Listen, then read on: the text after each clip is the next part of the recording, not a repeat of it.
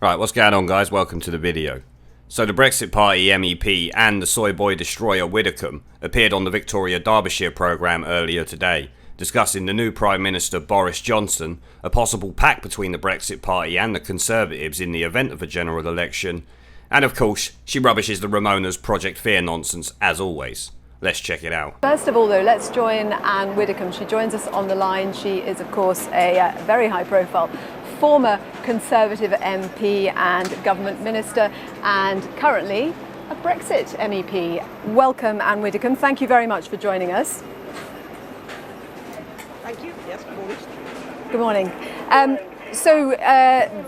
The leader of the Brexit Party, Nigel Farage, has suggested there should be an electoral pact with your former party, the Conservatives, have a general election, get together and deliver a no-deal Brexit. I presume you think that's a good idea too?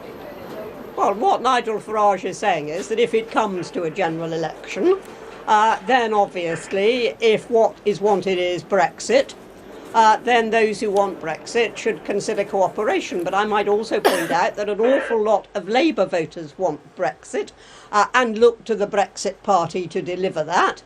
And as we're the party at the moment that is commanding huge support from the popular vote, I think that obviously what we're saying should be taken into consideration. But at the moment, forget general elections, what we want at the moment is Brexit. And we've been promised by this new incoming Prime Minister that we're going to get that on October the 31st. Well, I'm not convinced, but I'm prepared to wait and see. Would you return to the Conservative Party? I mean, it sounds like now there's not a difference between what you want and what's being offered with your former party. Oh, I think the tremendous difference is being prepared to leave without a deal if we have to, and actually focusing on getting Brexit. Our party's been talking about Brexit. I mean, never mind Boris Johnson. It's been talking about Brexit for the last 3 years, and it's been miserably failing to deliver. And the same thing is true of the Labour Party. Goodness knows what their stand is on Brexit. It changes from one day to the next. What Nigel Farage is offering is a very clear vision. We want to be free of the EU, free of their laws, free to make our own trade deals, free of their border controls. That is what we want. That is the vision. Now, if Boris can get that on October the 31st, we will cheer. But as I say, 3 years and it hasn't been achieved. The IMF said a no-deal Brexit ranks alongside US trade policy as one of the chief threats to the world economy. Do you have qualms about the impact, job losses, impact on economic growth, potentially talk of a recession in this country next year in the event of there being a no-deal Brexit? Before. We've all heard it all before. We heard that was what was going to happen if we so much as voted to leave the EU.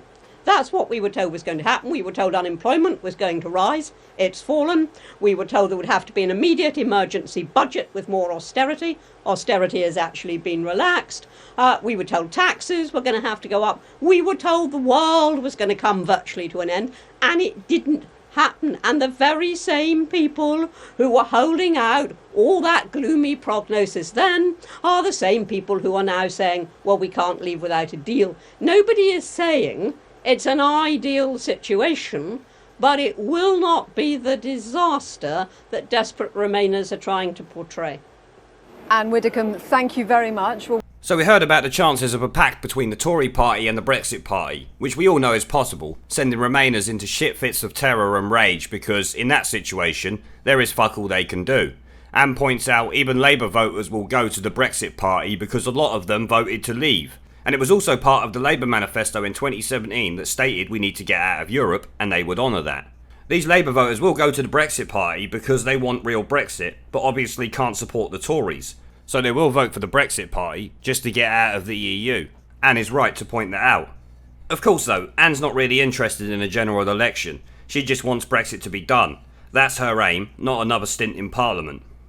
The host then asked a nonsensical question if Anne would defect from the Brexit party back to the Conservative party now they have moved to a harder stance on Brexit.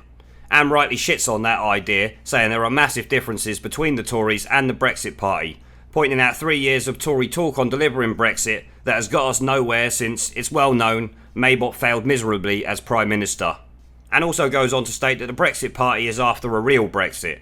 Free trade, making our own laws, 3 of the EU immigration policies, which is exactly what the people who voted to leave in the 2016 referendum wanted. It's the Brexit Party's willingness to do that which makes them so popular. People like Anne the soy boy destroyer Widdecombe only adds to their popularity because she calls it as she sees it, which people can respect. It's the reason I respect her. I might not agree with a lot of things she thinks, but she is straightforward and to the point. The Venereal disease show host then quotes the IMF statement about Brexit being as damaging to the world economy as the US-China trade war is. When the reality is, of course, it's likely that a no-deal Brexit would be far more damaging to the EU economy than anything else, and that's what the IMF is trying to protect. And immediately calls out the Remoaner project fear bullshit about job losses that never happened, the hit to GDP that didn't happen, and an increase in austerity that has not happened and is actually sort of being rescinded austerity now. And knows the Remoaners will say anything they can to block Brexit, even if it's not based in reality. We all know this disaster talk is complete bullshit by the Remoaners, who can't take it they lost the 2016 referendum. We are going to hear it more and more over the coming weeks, in the lead up to a likely no confidence vote against Boris Johnson in September, that I am 90% sure will fail. Though a general election would likely help the Brexit cause, as the Brexit supporting parties stand a very good chance of winning while Corbyn remains Labour leader. So I'm going to end the video there, guys. Let me know what you think down in the comments section below. Remember to like, subscribe and share this video as it helps the channel a lot, and I will see you all in the next one.